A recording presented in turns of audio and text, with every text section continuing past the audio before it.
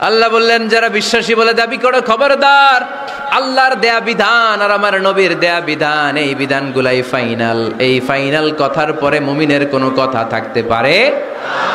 আল্লাহ যেটা বলেছে, আল্লাহ রাসূল যেটা বলেছে সেটাই ফাইনাল। আওয়াজ করে বলতে হবে সেটা কি? এটা ফাইনাল। এরপর আর নতুন কোনো কথা নাই। যখনই বলা হবে আল্লাহ বলেছে, রাসূল বলেছে, আমরা বলবো আমান্না সামি'না ওয়া আতা'না, আমরা শুনলাম, মানলাম, বিশ্বাস করলাম। আমাদের পক্ষ থেকে আর দ্বিতীয় কোনো কথা নাই, ঠিক কি না? এজন্য আল্লাহ বললেন খবরদার, আমি আর আমার রাসূল যেটা দিয়েছি সেটাই ফাইনাল। অতিরিক্ত বুঝতে যেও না, ওভার স্মার্ট সাজতে চেও না। আমি আল্লাহর দেয়া নবীর দেয়া বিধানের সামনে অ্যাডভান্স হতে যেও না, কারণ আমি আল্লাহ আর আমার রাসূল যেই নিয়ম দিয়েছি সেটাই ফাইনাল, সেটাতেই বরকত। কোন মুমিন বান্দাবান্দীদের কাছে যখন আল্লাহর আল্লাহ রাসূলের কথা বলা হয় তাদের কাছে এটাই ফাইনাল, ঠিক কি না? ওমা কানা লিমুমিনিন ওয়ালা মুমিনাতিন ইযা খাদাল্লাহু ওয়া রাসূলুহু আমরান আইয়াকুনা লাহুমুল খিয়ারাতু মিন আমরিহিম।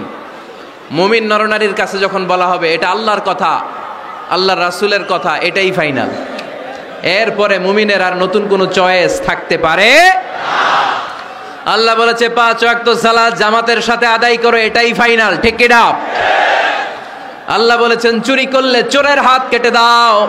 বিশ্বনবী জীবদ্দশায় চোরের হাত কেটে দেখিয়ে দিয়েছেন, চুরি করলে হাত কেটে দাও, এটাই ফাইনাল, ঠিক কি না? আল্লাহ নিয়ম জারি করেছেন, ও নারীরা পর্দা করে ঘর থেকে বের হও, এর উপরে কোনো কথা নাই, জোরে বলেন ঠিক কি না?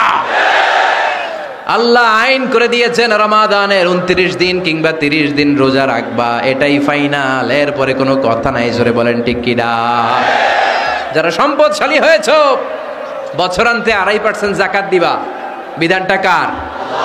এটাই ফাইনাল, এরপরে কোনো কথা আছে? তার মানে আল্লাহ আল্লাহ রাসূল যেটা দিয়েছে এটাই ফাইনাল, এটাই সর্বোৎকৃষ্ট। এর চেয়ে উৎকৃষ্ট আর ভালো হতে পারে না, এটাই শ্রেষ্ঠ। এক সাহাবী বলল আসুমুদ্দাহার, আমি সারা বছর রোজা রাখবো, রোজা ভাঙবো না। আরেক সাহাবী বলল আ'তাজিলুন নিসা, আমি আমার বউয়ের কাছে যাব না, আজীবন বৈরাগ্য জীবন যাপন করব।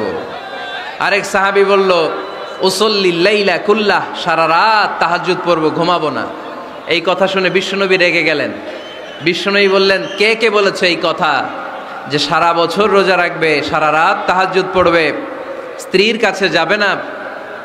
ইন্নী আখশাকুম লিল্লাহি ওয়া আতকাকুম লাহু, নিশ্চয় আমি তোমাদের চাইতে আল্লাহকে বেশি ভয় করি।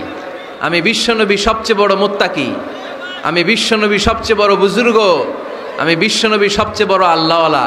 তো আমি এত বড় আল্লাহওয়ালা হয়ে আমি 11 জন স্ত্রী রেখেছি, আমি এত বড় আল্লাহওয়ালা হয়ে রাতে তাহাজ্জুদও পড়ি, আবার কিছু অংশ ঘুমাই।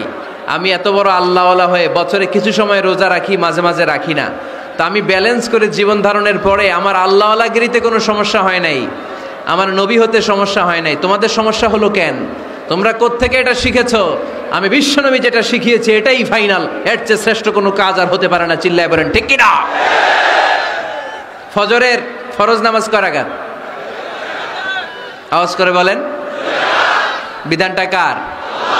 আপনি যদি বলেন আমি একটু বাড়ায় পড়বো, 3 রাকাত পড়বো, সওয়াব বেশি হবে না?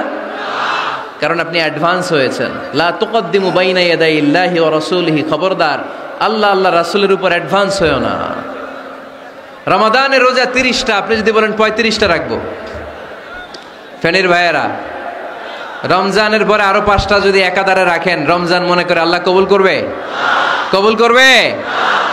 তার মানে আল্লাহ আল্লাহ রাসূল যেটা বলেছে এটাই ফাইনাল, এর চেয়ে বেশি কিছু আর ইবাদত করা যাবে, এর চেয়ে শ্রেষ্ঠ ইবাদত হতে পারে না। বিষ্ণু ইসলাম বললেন সারা রাত তাহাজ্জুদ পড়লে এটা শ্রেষ্ঠ ইবাদত নয়, বরং রাতের কিছু অংশ ঘুমাবা, কিছু অংশ তাহাজ্জুদ পড়বা।